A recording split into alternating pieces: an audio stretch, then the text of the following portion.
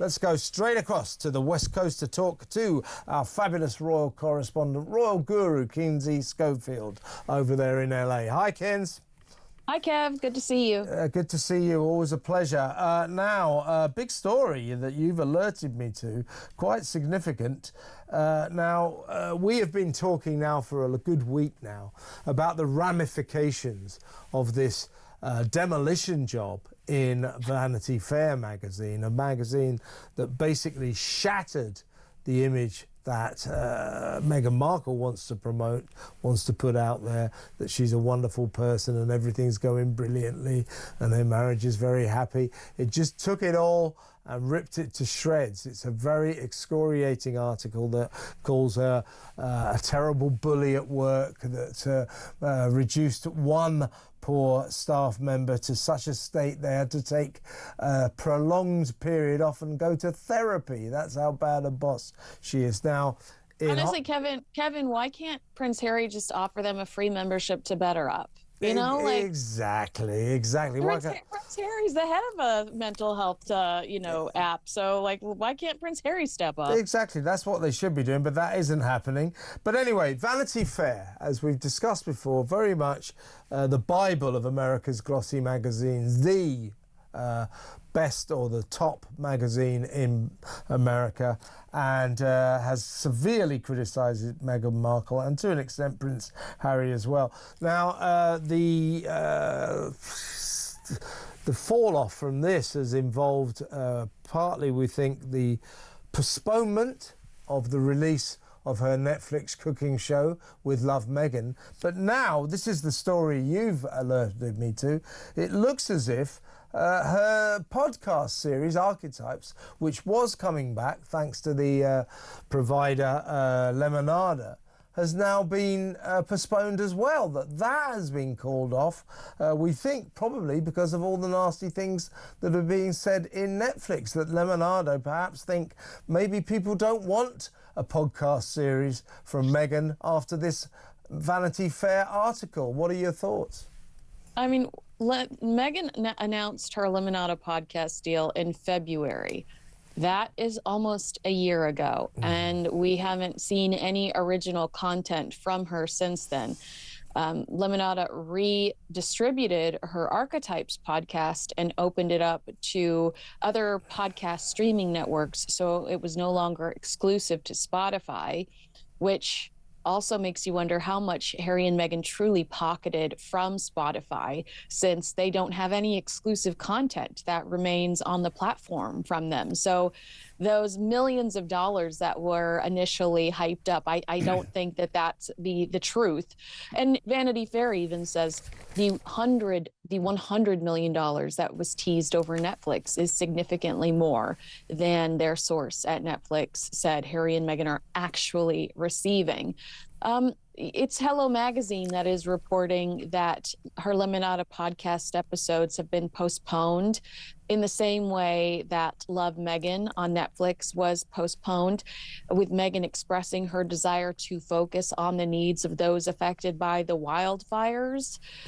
Could this just be an excuse? Yeah, sure. let's just unpack that now. The reason, apparently, well, for all these delays, is that she needs to focus on helping those affected by the wildfires. Really? Really? You mean you think that the victims of the LA inferno couldn't get by unless Meghan's giving it her full attention? This is delusional nonsense, isn't it? It's, it's not like Justine Bateman is asking Meghan for her help or support. I mean, we know that much. I do think that they were probably knocked on their feet, knocked off their feet, not only by the Vanity Fair article, but by the truly negative reaction that Meghan's trailer has received on YouTube, 91% negative when it comes to the reactions, a thumbs down, over 100,000. I mean, the number's much higher than 100,000, but over 100,000 thumbs downs on YouTube, and the comments are just the most vicious thing I've ever seen. So I would not be surprised if she wanted to take a step back and re-edit. You know, perhaps somebody's taking in some of this feedback and going, if you are this much disliked, if you are considered this snooty woman in millions of dollars worth of jewelry in someone else's kitchen, and you're not relatable, we need to do a full cleanse of not only the podcast but potentially the Netflix series as well. Yeah, I think what we're talking about here is that potentially big companies like Lemonada and Netflix, they're looking at this fallout from the Vanity Fair article, and also, as you say, from Meghan and Harry's controversial visits to the LA fire scene, where they were criticised by many Angelino residents as grief grifters, disaster tourists and tragedy vultures.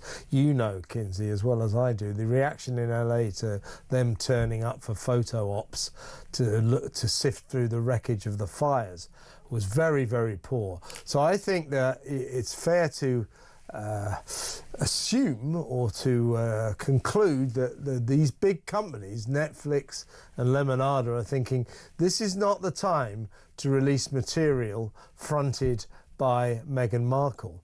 I think they want to let the dust settle for a while. So it's not looking good for her, is it? And Lemonada has the ability to do that, because it's been a year since Meghan announced that she was with Lemonada, and there's been no movement. Similar to American Riviera Orchard, we have this conversation all the time about this very bizarre PR strategy that I believe is driven by Meghan Markle, of hurry up and announce, and then absolute silence for months, if not years at a time, when it comes to that actual product or project coming to fruition. I've worked in PR for years, and never in my life have we advised anyone to, you know, it's a work quietly, announce when it's ready to go. It's not deep tease, because it looks like they are so chaotic. They look like they are unorganized, inconsistent, and I would hesitate to work with them, because it just seems like there's no method to the madness. Now, we talked last week, didn't we, about the fact that their book deal, Harry and Meghan's book deal, they were reported to have a big book deal on the table. That seems to have just completely disappeared. Add that to the fact that With Love Meghan has been kind of delayed in a kind of emergency way as this terrible publicity descends on Meghan. And now, of course, we're talking about her new podcast series. That's been delayed as well.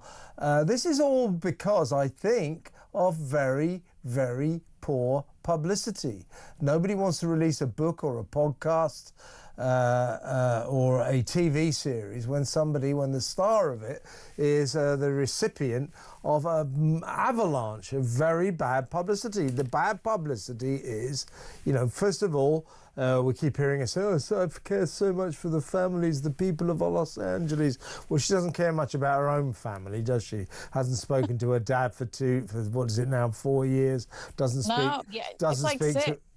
6 years, is it? Doesn't speak to her brother, doesn't speak to her sister, so they've been ruthlessly cut off. Oh my gosh, I think it's actually 8, Kevin. 8 years. 8 here. So people don't trust her happy, smiley, lovely image. They don't trust that. And also they now believe 100% that she is this most awful bully to the people who work for her. Hollywood Reporter, that publication, respected publication, said last year in September that she was the boss from hell. They spoke to 12 people who worked for Archant, who said that she was a tyrant in high heels who reduced grown men to tears and was prone to having tantrums at 5 in the morning. They denied this and said, oh, it's just somebody with an angle. Oh, you're right. And now we've got Vanity Fair basically repeating the same allegations, only even worse, that she was so bad people had to go to therapy. So people around Tinseltown, around America, around Hollywood are just thinking this woman is a bully. she's bad to her staff. She doesn't treat her staff rightly. So she is the recipient of an avalanche of bad publicity, and all her projects are stalling because of it. I want to make this point. You know, Harry and Meghan, they really tried to dismiss the bully allegations and the way that they just really are disrespectful in the way that they communicate, making people feel very small. They tried to dismiss that by saying that that was a smear campaign developed by British tabloids. So yes, when The Hollywood Reporter and Vanity Fair and The Wrap and Puck, when all of these outlets are reporting similar stories, it totally destroys their theory that it's just the bitter British public. Also, we were contemplating canceling the Oscars over these fires, and the Oscars said, you know what, actually, let's just go ahead and do it. I mean, it makes no sense to me watching people walk down a red carpet in $6,000 dresses knowing that they have nothing to go home to. But to me, it says that Netflix and perhaps Lemonada need to make edits to this content, because based on the feedback, they are not confident in their client, and they know that people are going to reject the content. So they're taking a month. They push it back by over a month. That's plenty of time to make changes. Yeah, and With Love, Meghan doesn't come out until March the 4th. Now, another angle to this is that, of course, Harry continues in his crusade against particularly the British tabloids, the red top papers here. You know, he says he's was a dragon slayer who's going to bring them down to size. And the word is that because Meghan needs good publicity right now, she's not getting much, but she sort of wants the papers to look upon her in a little bit more of a friendly light, that she kind of wants Harry to stop this war with the newspapers, so that she can forge a better relationship with them in order to publicise her projects a little bit more, in a little bit more of a positive way. That's an interesting line, isn't it? Okay, I've heard 3 different scenarios here. A Royal Rhoda reporter told me that they heard that it was Prince Harry's attorneys that really put the pressure on him to settle his last suit. You're correct. Sources close to Meghan Markle have told People magazine that Meghan is eager to settle all of these lawsuits because she feels like it's their only way to move forward. She doesn't want to, quote unquote, live in the past. And she is in desperate need of positive publicity because she wants to be a commercial entity. She wants you to buy her pots and pans. She wants to be on the cover of magazines. She doesn't want you to loathe her. But then my favorite scenario is the associate editor of the Daily Telegraph, Camilla Tominey, who asked in the paper if Prince Harry potentially settled this last suit because he didn't want to rattle the cage of President Donald Trump. She said that perhaps Prince Harry was fearful of leaving the United States to participate in the trial, as it would have been too easy for the Trump administration not to let him back in.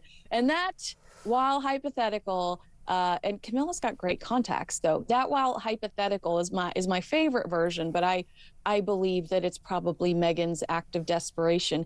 You don't go to Us Weekly magazine to solve your problems if you are not so desperate. I'll tell you that, and she wants people to like her. But last question, she does, and good luck with that, Meghan, with the publicity you're receiving right now. Last question to you, Kinsey. When do you think we might see American Riviera Orchard, her lifestyle site, opening for business on account of her having launched it last March? So we're coming up for not that far off a year, and it still hasn't happened. Do you think it'll ever happen? If it is, a lot of outlets, including the Daily Mail, have reported that it's supposed to come out along with her Netflix series so that the Netflix series can promote some of the products on the website. If that's the case, then you're right, 365, like it's a whole year. A year. I personally think it's always going to struggle. But her problem is, as I say, she looks very toxic right now, thanks to The Hollywood Reporter and Vanity Fair. She's a toxic individual. Hollywood hates toxic individuals. I think you're not putting blame on the right person. She looks toxic because of her behavior. Yeah. And don't blame the Hollywood Reporter and Vanity Fair. I'm not. I'm just saying they're reporting it. No. I'm not blaming them. They're our fellow journalists doing a damn fine job. Kinsey, fabulous to talk to you as always. Thank you so much for your time. That's the great Kinsey Schofield, our royal commentator over there on the West Coast.